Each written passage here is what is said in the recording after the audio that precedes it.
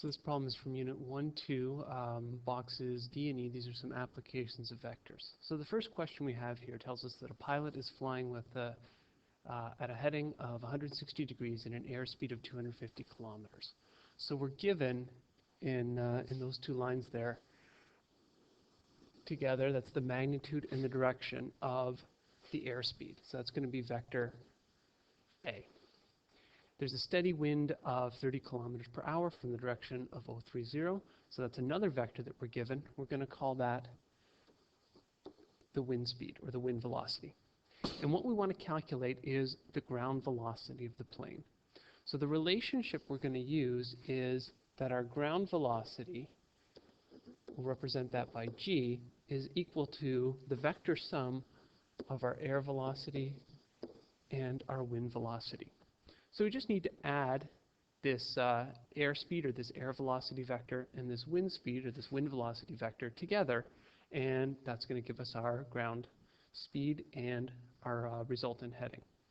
So let's start by visualizing what our air velocity and our wind velocity look like.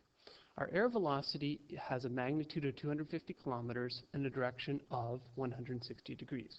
So when they just give you an angle like 160 degrees, that has to be measured from due north in the clockwise direction. So that angle there is 160 degrees, and our magnitude here is 250.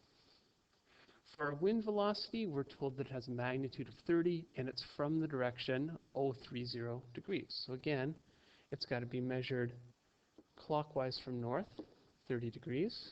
That's north up there.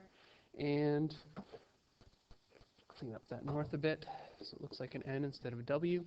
And if it's coming from that direction, from is a key word there. If it's coming from the direction 30 degrees, it has to be pointing in towards the origin. And again, our magnitude is 30 kilometers per hour. So we need to add these two vectors together. So what we're going to have is we're going to take our 250. Let's draw ourselves a new vector diagram showing where we combine these two into a triangle here. So we'll have our 250, and to this we're going to add our 30, which is our wind, and by placing these two things tip to tail. Now the trickiest part of these questions is working out what the angles are going to be. So what I find helpful is at the tail of each of our vectors here, we're going to add a little coordinate axis, okay? And this is going to help us to kind of work out what these angles are. So let's see. From going back to our original airspeed, we know that if this whole angle here from north is 160 degrees, this angle right in here has got to be 70 degrees. That's from the horizontal down to the tail of that vector. So that corresponds to this angle right down here. And if we look at our 30-degree vector, our wind speed, we can put one of these things at the tail here, and what can we work out for our angles there? Well, if the angle we have is 30 degrees, that tells us that this angle in here must be 60 degrees. Because that'll be a right angle over there, and so those two have to add up to 90.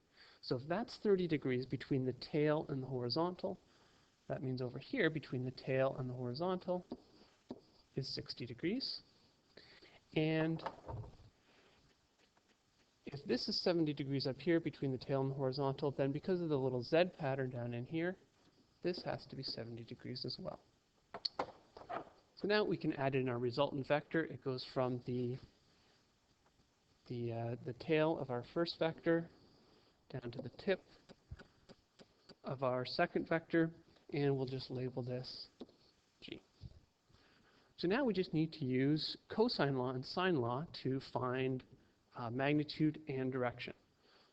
So to use cosine law, we need the magnitudes of two vectors, or the lengths of two sides and the angle between them. So we've got 250, we've got 30. We know that the angle between those two is 70 degrees plus 60 degrees, 130 degrees. So let's set up our cosine law here. magnitude of g squared is going to be 30 squared plus 250 squared minus 2 times 30 times 250 all times the cosine of 130 degrees. And we can work out what that is, punching that into our calculator, making sure we follow order of operations and take the square root. We get 270.26. So that's the magnitude of our ground speed. Next up, we want the direction. And a good rule of thumb that'll work in sort of 9 out of 10 cases is look for an angle inside the triangle that is close to the tail of your resultant vector, or close to your to where you started from, because this will be the easiest way to get the direction. So what we want to find in here is we want to find that angle theta right there. So we're going to use sine law to do this.